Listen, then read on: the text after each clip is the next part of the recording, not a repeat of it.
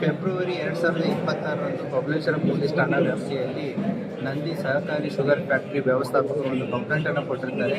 2025-26ನ ಕಬ್ಬು ನುರಿಸುವ ಹಂಗಾಮಿನಲ್ಲಿ ಸುಮಾರು 17,000 ಮೆಟ್ರಿಕ್ ಟನ್ನಷ್ಟು ಅಂದರೆ ಕಬ್ಬದ ಬಿಲ್ಗಳನ್ನು ಕ್ರಿಯೇಟ್ ಮಾಡಿಬಿಟ್ಟು ಸುಮಾರು 1,87,00,000ವರೆಗೂ ಕೂಡ ದುಡ್ಡನ್ನು ಬೇರೆ ಬೇರೆ ಬ್ಯಾಂಕ್ ಅಕೌಂಟ್ಗಳಿಗೆ ಟ್ರಾನ್ಸ್ಫರ್ ಮಾಡಿಬಿಟ್ಟು ಅದನ್ನು ಫ್ಯಾಕ್ಟ್ರಿಗೆ ನಷ್ಟ ಮಾಡಿದ್ದಾರೆ ಅಂತಂದೇಳಿ ಒಂದು ಚೀಟಿಂಗ್ ಆ್ಯಂಡ್ ಫ್ರಾಡ್ ಕೇಸು ನಮ್ಮ ಬಬಲೇಶ್ವರ ಪೊಲೀಸ್ ಠಾಣೆ ವ್ಯಾಪ್ತಿಯಲ್ಲಿ ಪ್ರಕರಣ ದಾಖಲಾಗಿರುತ್ತೆ. ಈ ಪ್ರಕರಣ ನಾವು ಪತ್ತೆಗೋಸ್ಕರ ನಮ್ಮ CPI ರಮೇಶ್ ಅವಜಿ ಮತ್ತು PSI ಬಸನಗೌಡ ಅವರ ನೇತೃತ್ವದಲ್ಲಿ ಒಂದು ತನಿಖಾ ತಂಡವನ್ನು ರಚನೆ ಮಾಡಿರುತ್ತೆ. ಆ ತನಿಖೆಯನ್ನು ಕೈಗೊಂಡಾಗ ನಮ್ಗೆ ಗೊತ್ತಾಗುತ್ತೆ ಅಲ್ಲಿದ್ದಂಥ ದರೆಪ್ಪ ನಾವೇನು ಆರೋಪಿತ ಇದ್ದಾನೆ ಆತ ಅಲ್ಲಿ ವೇ ಬ್ರಿಡ್ಜಲ್ಲಿ ಕೆಲಸ ಮಾಡ್ತಾ ಇರ್ತಾನೆ ಮತ್ತು ಬಿಲ್ ಜನರೇಟ್ ಮಾಡುವಂಥ ಕೆಲಸವನ್ನು ಕೂಡ ಮಾಡ್ತಾ ಇರ್ತಾನೆ. ಆತ ಓವರ್ ಎ ಪೀರಿಯಡ್ ಆಫ್ ಅವನ ಜೊತೆಗೆ ಇನ್ನೊಬ್ಬ ಆರೋಪಿ, ಎರಡನೇ ಆರೋಪಿ ವೀರಪ್ಪ ಗಡದಾರ್ ಅಂತ ಏನಿದ್ದಾನೆ, ಅವನು 2020ರಿಂದ 24ರವರೆಗೂ ಅಲ್ಲಿ ಕೆಲಸ ಮಾಡ್ತಾ ಇರ್ತಾನೆ. 24 ಕೆಲಸ ಬಿಟ್ಟ ಮೇಲೆ ದರೆಪ್ಪ ನಾವೇ ಅವ್ನು ಮಾಡೋ ಕೆಲಸನ ಇವನು ಕಂಟಿನ್ಯೂ ಮಾಡಿರ್ತಾರೆ. ಇವರಿಬ್ರು ಏನು ಅಂತಂತಂದ್ರೆ ಈ ಚಿಟ್ ಆಪರೇಟರ್ ಅಂತ ಇರ್ತಾರೆ, ಫೀಲ್ಡ್ ಆಫೀಸರ್ಸ್. ಸೊ ಅವರು ಫೀಲ್ಡಲ್ಲಿ ಹೋಗ್ಬಿಟ್ಟು ಜನರಲಿ ಆ್ಯಪ್ ಮುಖಾಂತರ ಎಷ್ಟು ಕಬ್ಬನ್ನು ಬೆಳೆದಿದ್ದಾರೆ, ಎಲ್ಲಿ ಬೆಳೆದಿದ್ದಾರೆ, GPS ಮುಖಾಂತರ ಒಂದು ಕೋಡನ್ನು ಜನರೇಟ್ ಮಾಡ್ತಾರೆ. ಆ ಅಂದಾಜಿನ ಮೇಲೆ ಶುಗರ್ ಫ್ಯಾಕ್ಟ್ರಿ ಗೊತ್ತಾಗುತ್ತೆ ಯಾವ ರೈತ ಕಬ್ಬು ಬೆಳೆದಿದ್ದಾರೆ, ಆ ಬೆಳೆದಂಥ ಕಬ್ಬು ನಮ್ಮ ಫ್ಯಾಕ್ಟ್ರಿ ಬರುತ್ತೆ ಇಲ್ಲ ಅನ್ನೋದು ಅವ್ರಿಗೊಂದು ಐಡಿಯಾ ಇರುತ್ತೆ. ಆ ಕೋಡನ್ನು ಅಲ್ಲಿ ಬಂದು ಅವ್ರು ತೋರಿಸಿದ್ರೆ ಮೊದಲೇ ಆಲ್ರೆಡಿ ನಮ್ಮ ಶುಗರ್ ಫ್ಯಾಕ್ಟ್ರಿ ಇರ್ತದೆ, ಇದು ಎಲ್ಲ ರೀತಿಯಾದಂಥ ಒಂದು ವ್ಯವಸ್ಥೆಯನ್ನು ಹೊಂದಿದೆ ಅಂತ ಹೇಳಿ ಅಲ್ಲಿ ಕಬ್ಬು ಬಂದಿದ್ರೆ ಎಕ್ಸೆಪ್ಟ್ ಮಾಡ್ಕೊಳ್ಳೋದಾಗಿರ್ಬೋದು, ಅದನ್ನು ನುಡಿಸೋದಾಗಿರ್ಬೋದು, ಈ ಕೆಲಸ ಕಾರ್ಯ ನಡೀತಾ ಇರುತ್ತೆ.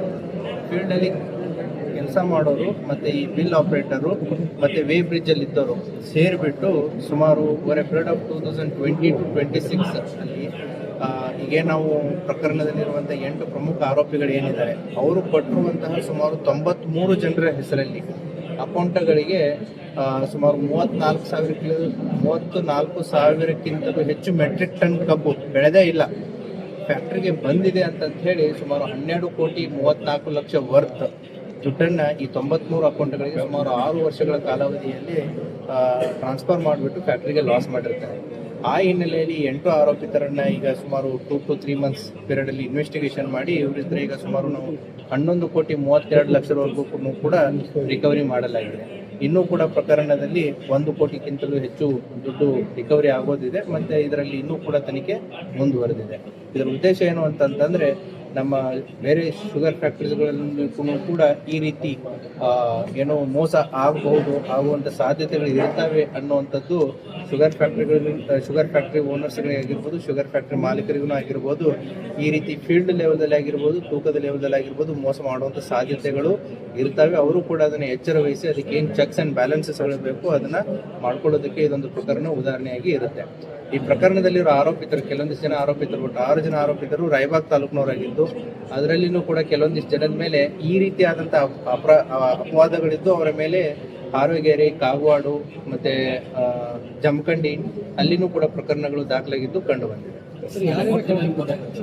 93 ಜನ ಅಂದರೆ ಇವ್ರೇನು 8 ಜನ ಇದ್ದಾರೆ, 8 ಜನದ ತಳಗಡೆ ಕೆಲವೊಂದು ಜನ 26 ಜನದ ಹೆಸರುಗಳನ್ನ ಕೊಟ್ಟು ಅವರ ಕಬ್ಬು ಬೆಳೆಗಾರರು ಅಂತಂತೇಳಿ ಅವ್ರ ಹೆಸರಲ್ಲಿ ಕೋಡ್ ಆಗಿರ್ಬೋದು, ಅಕೌಂಟ್ ಆಗಿರ್ಬೋದು ಎಲ್ಲವನ್ನ ಕ್ರಿಯೇಟ್ ಮಾಡಿಬಿಟ್ಟು ಅವ್ರ ಹೆಸರಲ್ಲಿ ಫೇಕ್ ಬಿಲ್ಗಳನ್ನು ಕಬ್ಬು ಬೆಳೆದೇನೆ ಇಲ್ಲ ಕಬ್ಬು ಬಂದಿದೆ ಅಂತಂತೇಳಿ ಫೇಕ್ ಬಿಲ್ಗಳನ್ನ ಜನರೇಟ್ ಮಾಡಿ ಅವರ ಅಕೌಂಟ್ಗಳಿಗೆ ದುಡ್ಡನ್ನು ಟ್ರಾನ್ಸ್ಫರ್ ಮಾಡಿರ್ತಾರೆ.